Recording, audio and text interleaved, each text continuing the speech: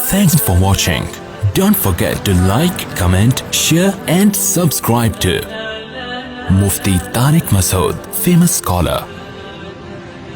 تو یہ جو ایتھیزم پھیل رہا ہے نا, اور میں نے آپ کو رپورٹ پیش کی تھی نا کہ ایتھیس میں خودکشی کا ریشو زیادہ ہے, کیونکہ ایتھیزم کی طرف جاتا انسان بہت مرتبہ, ہمیشہ نہیں, بہت مرتبہ عدم برداشت کی وجہ سے.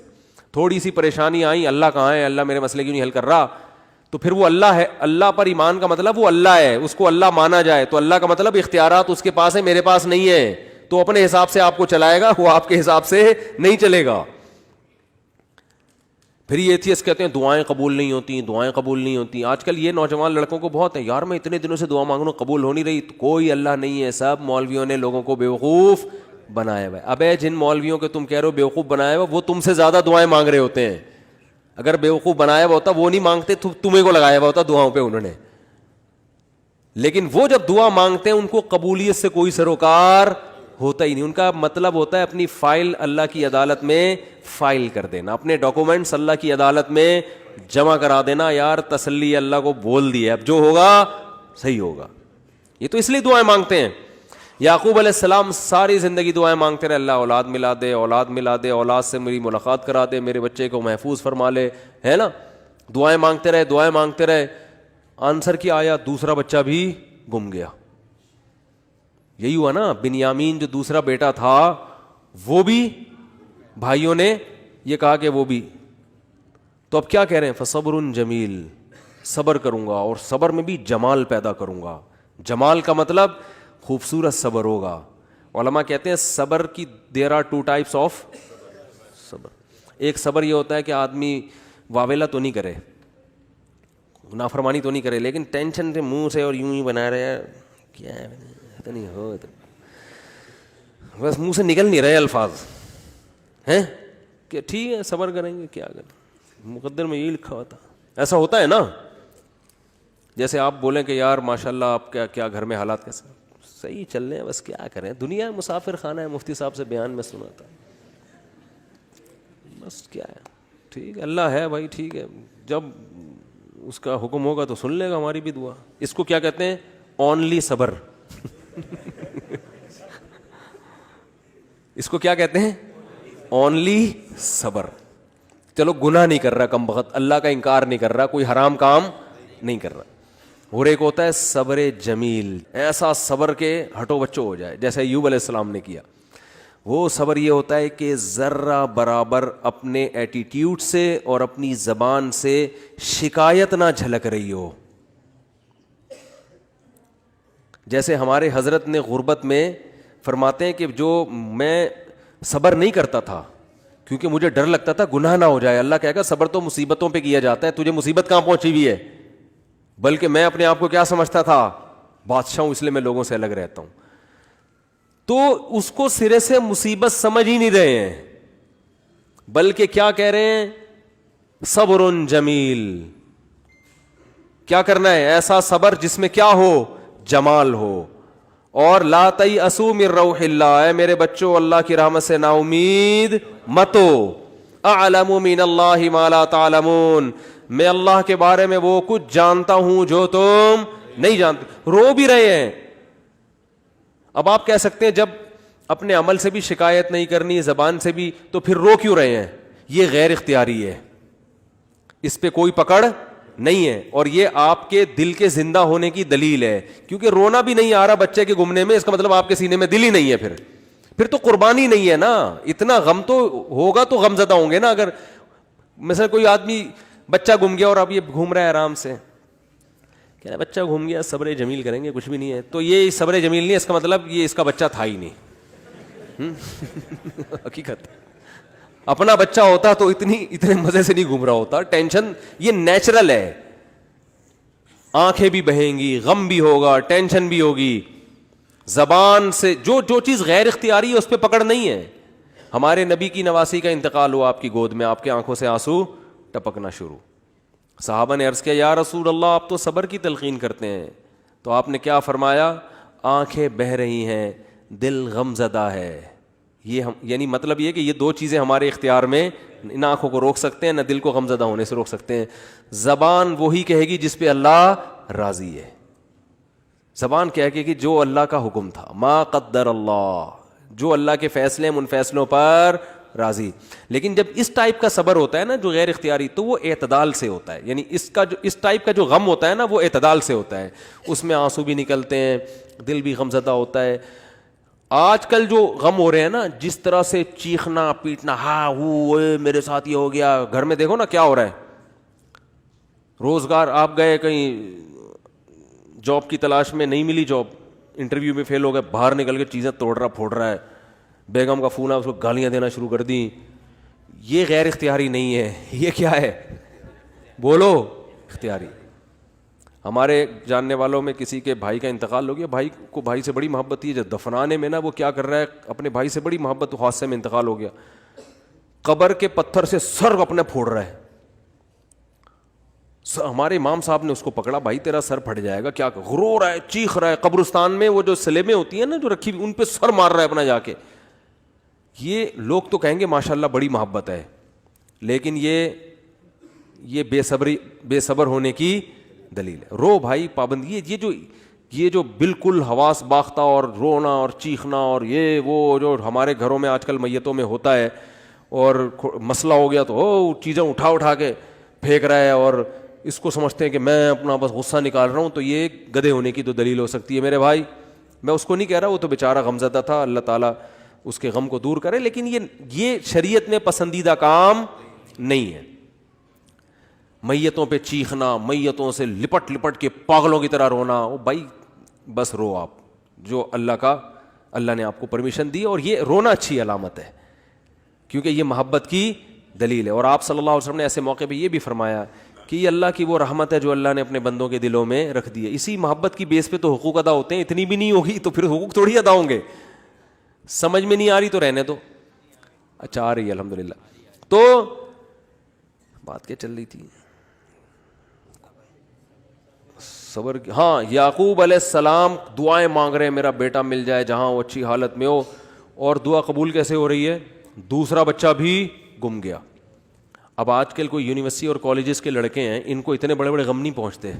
ان کو یہی ہوتا ہے وہاں شادی کرنا چاہتے تھے، نہیں ہوئی، حالانکہ رات کو اٹھ کے اتفاق سے اس دن دعا بھی مانگی تھی. زندگی میں پہلی دفعہ کیا تھا؟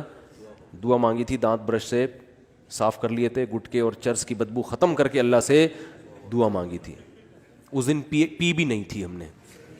ٹھیک ہے نا؟ کوئی عمل اللہ کے سامنے دکھانے کے لیے بولو نہیں ہے. پھر دعا مانگ رہے ہیں اور چاہتے ہیں کہ فوراً سے پہلے قبول ہونی چاہیے، پھر ہم اللہ کو مانیں گے. اللہ نے کہا ہے غیب پر ایمان لے کر آؤ پھر میں مانوں گا. کیونکہ میرے بھائی ایسے تو آپ ڈی ایس پی کو بھی مانتے ہو، ایس ایچ او کو بھی مانتے ہو، کیونکہ آپ کو پتہ ہے کہ ان کے پاس تو جو پاور ہے وہ تو نظر آتی ہے نا. ایسے تو سب محلے کے دادا کو بھی مانتے ہیں، یار اس سے جو بولو کام ہو جائے. اللہ کو ماننے کے لیے یہ ضروری ہے کہ اپنی فائل اللہ کے دفتر میں داخل کر دی. دعا قبول ہوئی تو بھی ٹھیک ہے، نہیں ہوئی تو بھی قبول ہی سمجھی جائے گی کہ قبول ہی ہوئی ہے. سمجھ رہے ہو؟ غیب پر ایمان. تو یعقوب علیہ السلام دعائیں مانگتے مانگتے مانگتے قبولیت کا کیا طریقہ ہوا؟ دوسرا بچہ بھی گم گیا. پھر بھی کیا کہہ رہے ہیں؟ انما اشکو بثی وحزنی الی اللہ، میں اپنا غم صرف اللہ سے بیان کرتا ہوں. یہ عبدیت ہے. دیکھو اتنا فنٹر بننا کہ اللہ کے سامنے بھی غم نہ بیان کرے، یہ صبر نہیں ہے، یہ فنٹر گیری کی کیا ہے؟ اگر کوئی غم ہے تو اللہ کے سامنے بیان کرے بھکاری بن کے. اللہ کو عبدیت پسند ہے. اللہ کو کیا پسند ہے؟ عبدیت. بعض لوگوں پہ تقوی کا ضرورت سے زیادہ مسالہ لگ جاتا ہے.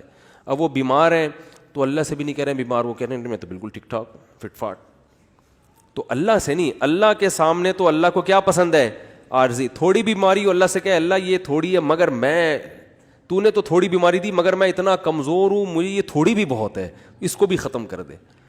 اے اللہ تو نے مجھے بہت رزق دیا، نعمتیں بہت ہیں، مگر میں اتنا نالائق ہوں نا، یہ بھی میری اپنی کنجوسی کی وجہ سے مجھے تھوڑا لگ رہا ہے، تھوڑا اور بڑھا دے. ٹھیک ہے نا؟ ناشکری نہ کرو، اللہ پہ تو بہت ہی دیا ہے. اپنی کمزوری بیان کرے آدمی کہ اللہ تو نے تو اتنا دیا مگر میں بہت نالائق، میں بہت کمزور. ہمارے حضرت گناہ سے بہت سخت بچا کرتے تھے، بہت زیادہ. کوئی پتہ چل جائے نا ناجائز ہے تو حضرت سے وہ کام نہیں کروا سکتا تھا کوئی کسی بھی طریقے سے. ناجائز تو کیا نامناسب کام بھی نہیں کروا سکتا تھا. ہمارے حضرت کا یہ مشہور تھا کہ کوئی کام جائز ہے مگر نامناسب ہے, علماء پہ سوٹ نہیں کرتا, وہ یہ ایک شریف آدمی پہ سوٹ نہیں کرتا, کچھ بھی کر لو حضرت نہیں کرتے تھے. اتنا تقویٰ, اس کے باوجود فرماتے تھے میں اللہ سے دعا میں یہ کہتا ہوں کہ اللہ میرے پلے عمل کچھ بھی نہیں ہے, میرے پلے عمل کچھ بھی نہیں ہے, اور نہ مجھ سے کچھ عمل ہوتا. تہجد میں 5 پارے پڑھ رہے ہیں اور دعا کیا کر رہے ہیں, اللہ ہم سے عمل نہیں ہوتا, ہم کمزور ہیں, تو ویسے ہی بخش دے ہم کو. بہت مشکل ہے بات سمجھانا, بہت مشکل ہے بھائی. یعنی دعا میں کیا کہہ رہے ہیں کہ اللہ ہمارے پلے کچھ بھی. پھر حضرت ایک شعر پڑھا کرتے تھے, مقامات حریری جن لوگوں نے پڑھی ہے نا, عربی ادب کی کتاب ہے, اس میں ایک فقیر کا واقعہ, بس یہ واقعہ بیان کر کے بیان ختم کرتا ہوں. ایک فقیر, ایک وہ گزرا ہے, ان کے نام ذہن سے نکل گیا جو کتاب کے مؤلف ہیں, تو وہ مؤلف نے نا بڑے واقعات بیان کیے بڑے شاعری کے انداز میں اور قافیے ملا کے مختلف طریقوں سے نا. تو وہ شاعر بن کے مختلف لوگوں کے گھروں میں جا کے نا, وہ ہوتا ہے فراڈی, یعنی اپنے آپ کو یہ سیکھے کردار ہے, جیسے پرینک ہوتے ہیں نا, تو پہلے تو ویڈیو نہیں بنتی تھی, ریٹرن میں ہی پرینک بن رہے ہوتے تھے, ٹھیک ہے نا. تو انہوں نے یہ شو کیا ہے کہ یہ جو ہے نا فقیر بن کے کسی کے گھر میں گیا, حالانکہ فقیر ہے نہیں, لیکن ایسا سیٹھ کے سامنے زمین آسمان کے غربت کے قلابے ملائے کہ اس نے ٹھیک ٹھاک پیسہ دے دیا. جج کے سامنے گیا, ایسے قلابے ملائے کہ اپنے حق میں فیصلہ. تو اس نے ایک شعر کہا کہ بارش ہو رہی تھی اور اندھیری رات تھی, سرد رات تھی. یہ فقیر بن کے کسی سیٹھ کے چوکھٹ پہ گیا, دروازے پر دروازہ بجایا. سیٹھ نے جب دروازہ کھولا تو اس کی زبان سے شعر کیا نکلا, قد دفع اللیل الذی فہرا الی ذراکم شعثا مغبرا. کیا خاندانی شعر ہے, یہ تو عربی میں ہی سمجھ میں آئے گا. کہہ رہے کہ وہ رات جو اندھیری رات ہے, سخت رات ہے, بارش ہو رہی ہے, بادل گرج رہے ہیں, اس خوفناک اندھیری رات نے تیری چوکھٹ پہ ایک ایسے شخص کو لا کے پھینک دیا ہے جو بالکل بے یار و مددگار ہے, غبار آلود بال اور پھٹے ہوئے کپڑے. شعیسا غبار آلود, مغبرہ غبار آلود, شعیسا بکھرے ہوئے بال, یعنی بالکل قسم پرسی کی حالت میں اس اندھیری رات نے ایک شخص کو تیری چوکھٹ پہ لا کے ڈال دیا ہے. تو سیٹھ کو تو جوش آئے گا نا, یار یہ رات کو میں ہی ملا تھا تیرے یہاں ڈالنے کے لیے, تو پیسے دے گا کہ نہیں دے گا. شاعری میں بڑی جان ہوتی ہے نا. قد دفع اللیل الذی, ورنہ رات کے اندھیرے میں کون کسی کے گھر پہ جاتا ہے, اور ایسی رات جو ٹھنڈی بھی ہو, برسات بھی ہو رہی ہو, اولے برس رہے ہوں اور جناب گھٹائیں آئی ہوئی ہوں, ایسی رات میں اگر کوئی کسی کی چوکھٹ پہ جا رہا ہے اس کا مطلب واقعی وہ ضرورت مند ہے. تو کہہ رہے اندھیری رات نے تیری چوکھٹ پہ ایک ایسے آدمی کو لا کے ڈال دیے جس کے پاس بال بنانے کا کے اسباب بھی نہیں ہے, غم کو صاف کرنے کے وسائل بھی نہیں ہیں. تو ہمارے حضرت یہ شعر فرماتے, میں تہجد میں پڑھتا ہوں جب اللہ کے سامنے کھڑا ہوتا ہوں نا, کہ اللہ اس اندھیری رات نے ایک ایسے شخص کو تیری چوکھٹ پہ لا کے ڈال دیا ہے جو عمل کے لحاظ سے بالکل زیرو ہے. پراگندہ بال کا مطلب عملی لحاظ سے غریب ترین, کچھ بھی عمل اپنے اعمال میں, وہ تو مال ظاہری لے رہے ہیں نا, یہ کیا مراد لے رہے ہیں, عمل مراد لے رہے ہیں. عمل کے لحاظ سے پراگندہ ہوں, میرے پلے کچھ بھی نہیں ہے سوائے تیری رحمت کی بھیک مانگنے کے لیے آیا ہوں. تو سب کو اہل اللہ سب کچھ کر کے بھی ایسی تواضع اللہ کے سامنے کہ اللہ ہمارے پلے کچھ بھی نہیں ہے. اور پھر فرماتے تھے میں سست ہوں, مجھ سے کچھ بھی نہیں ہوتا. حضرت ایک مثال بھی دیا کرتے تھے کہ والدین کا جو بچہ سست ہوتا ہے نا, اپاہج ہوتا ہے, تو والدین اس کا خیال زیادہ کرتے ہیں. تو فرماتے تھے میں اللہ سے کہتا ہوں ہم تو اپاہج ہیں, ہمارے اندر تو عمل کی صلاحیت, اپنی بدعمالیوں کی وجہ سے عمل کی صلاحیت ہی ختم ہو گئی ہے, تو ہمارا زیادہ خیال کر. تو اللہ کو یہ ابدیت پسند ہے, عمل کر کے بھی اپنے آپ کو زیرو سمجھنا. اور یہ جو آج کل یونیورسٹیوں میں ایتھیزم پھیل رہا ہے, اللہ کا انکار پھیل رہا ہے, اللہ کے لیے ککھ بھی قربانی انہوں نے کبھی نہیں دی ہوتی. ان سے کہو ایک فلم دیکھنا چھوڑ دو اللہ کے لیے نا, یہ جو دیکھنے کا دل کر رہا ہے نا عورت کو, آج نظر جھکا لو, ایک عمل میں کچھ بھی نہیں. اور جب ٹینشنیں آتی ہیں تو کس کا انکار کرتے ہیں؟ اللہ کا. یار اللہ کو تو ہم تو مانگتے ہیں, اللہ دیتا ہی نہیں ہے, اللہ کو تو ہمارا خیال ہی نہیں ہے. جو عمل کر رہے ہیں اللہ انہیں کچھ بھی نہیں دے رہا, ٹھیک ہے نا, پھر بھی کہہ رہے ہیں اللہ کیا کر رہا ہے, بہت دے رہا ہے. اور جو عمل نہیں کرتے سب کچھ دے رہا ہے اللہ ان کو. کبھی کچھ آزمائش آئے تو اس آزمائش کو پکڑ کے بیٹھ کے بولتے ہیں اللہ کو ہمارا خیال بولو نہیں ہے. یہ درندگی پھیلتی ہے خدا کے انکار سے.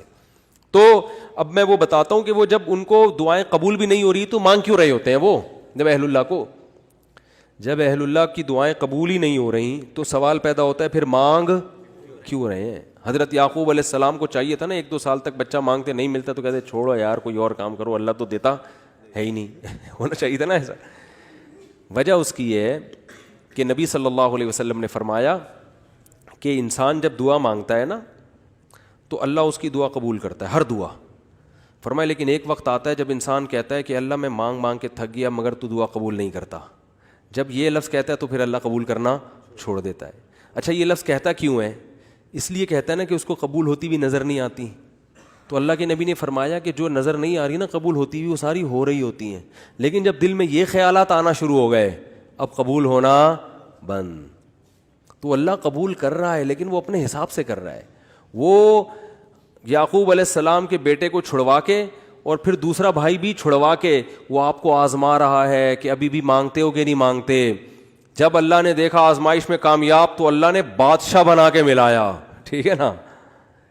ان ربی لطیف لما یشاء, تبھی تو حضرت یوسف نے کہا میرا رب بہت باریک بین ہے, بڑی لطافت سے بڑے خفیہ طریقوں سے کامیابی کے ناکامی کے نقشوں میں کامیابی کے راستے پیدا کرتا ہے.